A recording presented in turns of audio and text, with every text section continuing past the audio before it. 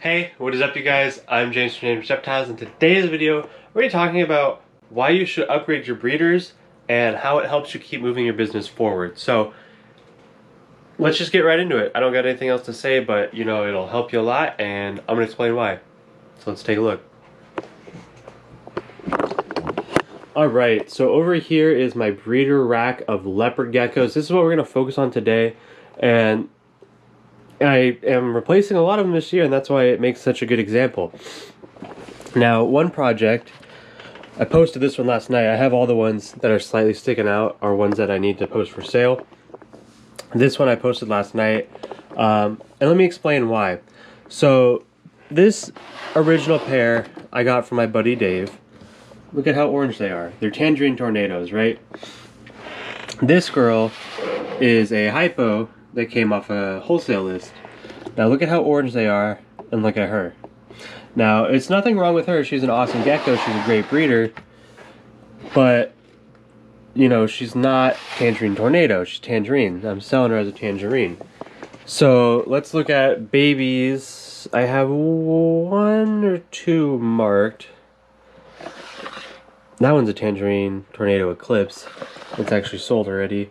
Let's see, I have a tangerine tornado marked that I want to keep, but I don't... Oh, here it is. Look at that. Look at that female right there. Look at how big she is already. Let me make sure she's a female.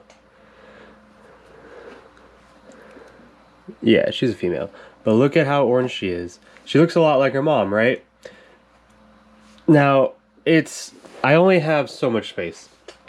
So, I'm only gonna have 2 female tangerine tornadoes. That's just how it comes down to it. I don't need to produce a whole lot. I don't have a space to produce a whole lot. And this is something you can take into really any business. If you're low on space, maximize your profits. Whatever you can sell for the most, if you can sell it, do more of that, right? So why produce more yellow animals that don't sell for as much when I could replace it with an orange one that I produced this year and sell them next year for even more? So, let's just compare. That's when she produces here. So, she's with the male that's really orange, so she produces really orange animals. But an orange to an orange would be even better, right? Let's see. If I have an example, here's another. Like, look at how yellow that is. That's one of hers. They don't sell for as much. The yellows, they probably sell for, I could probably get $70 if I really wanted to. Tangerine tornadoes, more like $150, you know, the oranger ones. So, why would I keep that one? It's the same thing if you're breeding fish. If you have 2 fish that you have, blah, blah, blah. If you have a trio of fish and you breed them and, you know, some of the babies come out super, like, bluer than the parents, you keep the babies, right? If you're breeding crested geckos, if you want to breed Dalmatians, and one comes out with way more spots than the mom, you end up selling the mom when the baby is the right size. It's just it's common sense. So I'm going to be selling some breeders, at least for sure. That one, she's up for sale already. Snow Black Knight Eclipse. Actually, I don't know if she's a visual. She might be a head eclipse. I can't remember off the top of my head. She'll be up for sale. Produced some awesome babies this year. I just have visual eclipses that are darker that are going to replace her. This girl, my Super Snow patternless, I don't need to make more double hets. I don't need her anymore. I have plenty of double hets. I have some visuals, and I don't need her anymore.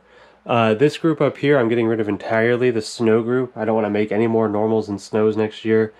It's going away completely.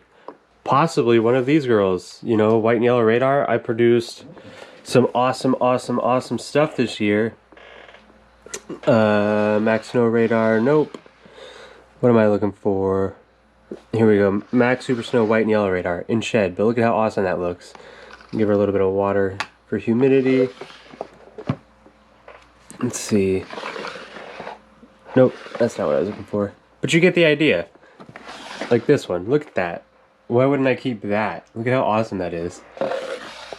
You always want to be upgrading. Let's say you sell sneakers, right? You sell sneakers and you sell them out of your room. you have 10 spots for sneakers in your closet. You can buy, you know, I don't know any sneakers, but you can buy Vans and sell them all day and make $10 off every pair of Vans. Well, the whole closet, you can only make $100 at a time, because $10 a pair of shoes, 10 pairs of shoes. Now let's say you have Air Jordans, and every time you sell a pair of Air Jordans, you're making $100 off of it. Wouldn't it make more sense to stock your closet with 10 pairs of Air Jordans? Now, it's definitely more expensive, but if you can get there and you can do it, why wouldn't you? You know, it would be more expensive to buy a Tangerine Tornado, but in the case of reptiles, I can just hold one back that's nicer and replace it. I only have so much room, right? Now, it's almost the same thing. It does cost me money because I could sell that baby for $200, but I'm going to put her back in, and she's going to make me an extra $400 next year, and every year after that, more and more money. So it's kind of you know, it's a hard concept. I get that, and until you're doing it, it doesn't make a whole lot of sense. But once you're doing it, it makes tons of sense. Let's look at my corn snakes. I produced way too many corn snakes this year that are all reverse oakity, and I'm realizing I'm having trouble selling them all this year. You know, I posted them originally for like $125 a piece, and I was like, that's cheaper than anyone else on MorphMarket. But I'm not selling them. And so I started selling them for $80, and I've sold a couple so far. But it's like, you know, the snakes probably cost me, they say average like $14, $15 to raise a baby corn snake. The way I keep them, it's probably more like $25 to $30 a snake. That's just how I value my time. They're all in tubs, so I have to take the tubs down. It takes more time to feed, as opposed to rack system. Now, I could be selling 45 $80 snakes and making $50 a snake. Or I could sell those adult snakes by like palmettos or scaleless or something and sell the babies for $300, $400, $500 a piece.